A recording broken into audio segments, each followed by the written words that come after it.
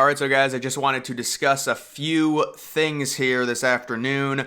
First, the Big 12 is being warned not to get in the way of what the SEC and Big 10 want. This is an article that came out here recently. According to a recent report from the New York Post, sources claim that any conference not named the SEC or the Big 10 attempting to get in the way of how the two leagues construct the future playoff is risking Pac-12ing themselves out of the tournament. One source cautioned to the Post that the other conferences risk implosion along the lines of the Pac-12, which greatly overvalued itself in network rights negotiations if they stand in the way of what the Big 10 and the SEC want to do. Now, all of this is stemming from the potential restructuring of the college football playoff.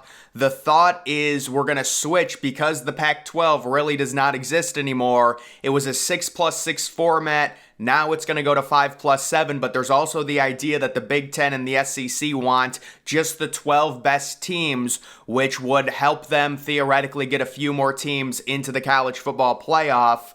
You know, there's always been this theory out there that the Big 10 and the SEC are so powerful they could break away and form their own playoff.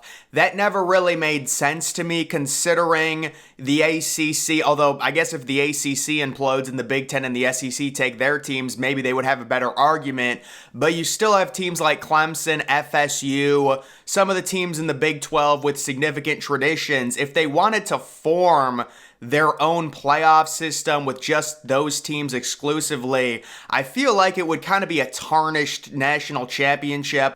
It is important to understand the Big 10 and the SEC are just so much more powerful than everyone else. That's why this is a very interesting threat. The original rules of the expanded playoff included a 12-team field made up of 6 highest-ranking conference champions and 6 at-larges, and that's just basically saying they're probably going to adjust them, and the argument is going to be, can the Big 10 and the SEC flex their muscles enough? I mean, this is a weird thing where they're threatening the Big 12 and saying, we're going to, I guess, pick off all of your teams. I mean, listen, let's be honest, it is something to where if you're a team like Oklahoma State, which, you know, I've seen some numbers where Oklahoma State is the most attractive team in the Big 12. Now, I'm not saying that's for certain, but I've seen a lot of numbers that Oklahoma State carries a lot of weight. Let's just say the Big 10 went to Oklahoma State and said, we want to get a team, we'll help pay your buyout, come here, and you'll get a much better TV deal. I don't know, to me this seems like a bit of an empty threat by the Big 10 and the SEC. If I were both of those conferences at this point, you know, unless something happens to the ACC, I would be fine with a 5+7 model. You know, you want to get that group of 5 team in. It's good for college football. I know people will say they'll just get blown out, but we want those weird matchups involving a group of 5 team.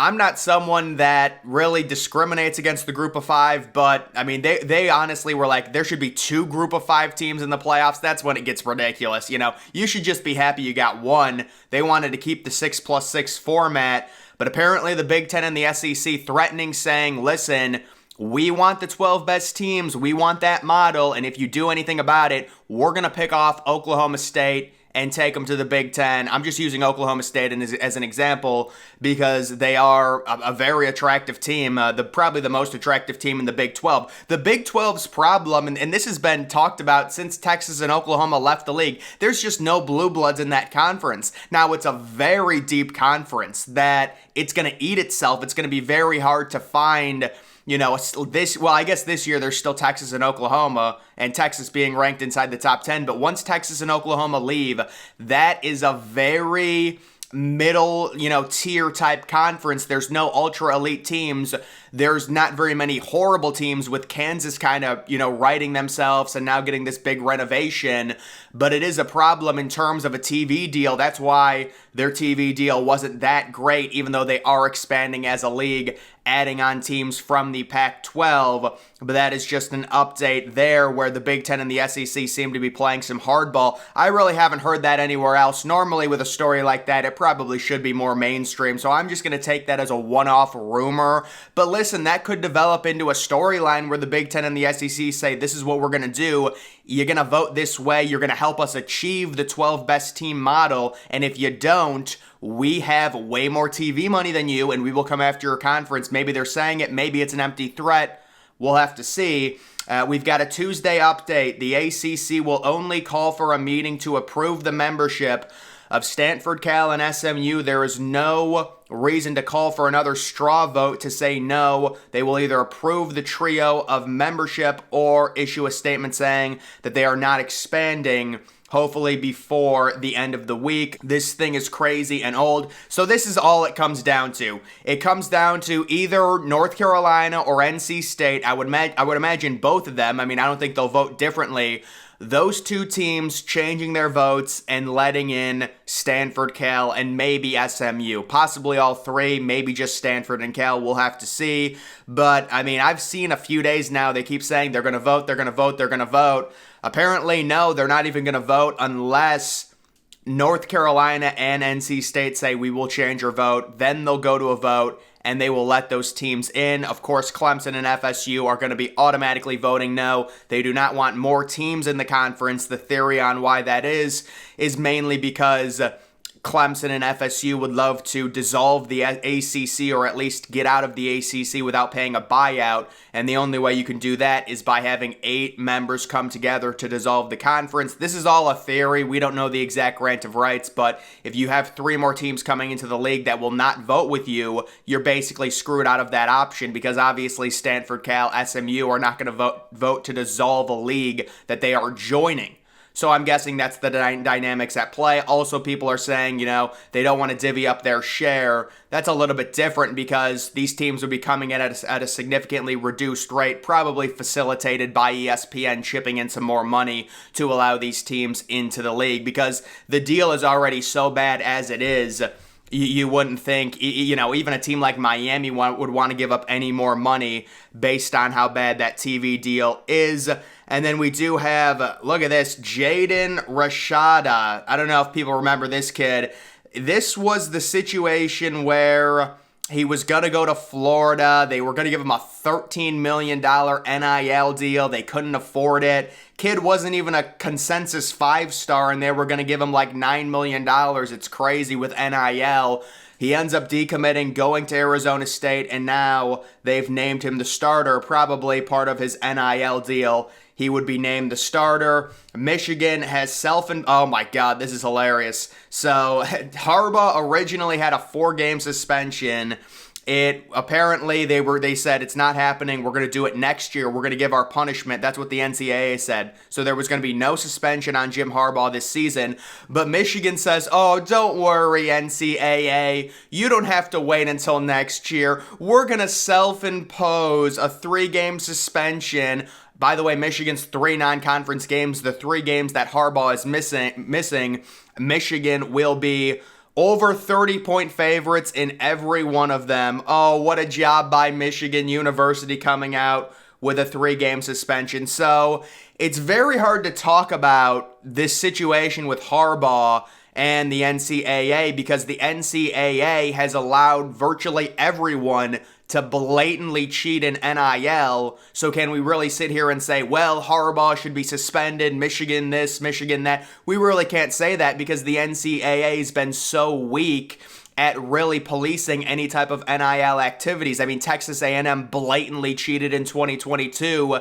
If you're going to hold them to a certain standard, it's hard to really go after Michigan when other teams are doing probably significantly worse stuff. But the stuff about the hamburger and stuff, that's anecdotal. It wasn't really about that. That's a straw man argument that they kind of took out of context and they said, oh, all he did was pay for a hamburger. It's really not even about that. But listen, we'll have to see what the NCAA does. This is pretty pathetic. I mean, I wonder if the NCAA does go soft on him next year because they self-imposed a 3-game suspension. But you have to understand the context to it. Michigan is suspending him for games they're going to be 30-point favorites in. It's just a joke. But either way, that ended up happening. And then we've got the Ohio State quarterback saga with McCord and Devin Brown. And I think this is really going to start happening. It kind of already has happened with these schools and the coaches just not wanting to name their starting quarterbacks. If you're Ohio State, this is kind of unfortunate because it's very clear that neither of these guys have really shown great things in practice. I mean, if one of them would have shown great things, I'm sure he'd be the starter, but also this is a situation where Ryan Day understands I can kind of get away with playing both of these guys. If you look at the schedule, Indiana, people don't realize how bad Indiana is. They're horrifically bad. Ohio State's 28-point favorites in that game, and then you've got an FCS team week 2, and then you have Western Kentucky week 3. So Ryan Day is probably disappointed that McCord and Devin Brown, neither of them have really taken the quarterback job, but he's at the point where he's like, just go prove it to me. Someone go take the job on the field. I don't really care about Indiana. We're not going to lose to them, even if we play, a 2-quarterback system. I'm sure Day is not going to be doing a 2-quarterback system deep into the season. Week 4 is their first big game at Notre Dame, so that is something to watch there. But overall, the idea that the SEC and the Big Ten kind of bullying the Big 12 and maybe the ACC, to agree to this best 12 teams in the playoff is interesting. But I really don't think it changed. If you give the Big 12 one auto bid, is that really that bad? If you give the Group of 5 one auto bid, if you give the ACC with FSU and Clemson one auto bid, I don't understand. Why is the 5+7 format, it seems like it's just such a fair thing to do. And then literally these other 7 teams could be Big 10 and SEC teams. So it just seems kind of strange that they would really go at them that bad, but maybe the Big Ten and SEC are really obsessed with creating a separate league, and they're trying to flex their muscles right now and say, no, it's just the 12 best teams, that's what we want. I guess, you could make the argument that the Big 12, some years might not have a team that's good enough, but that would just be very surprising to me. I don't know. We'll have to see what ends up happening. But either way, guys, that is going to do it for this video. Make sure you're following me on X. Link to that's always in the description.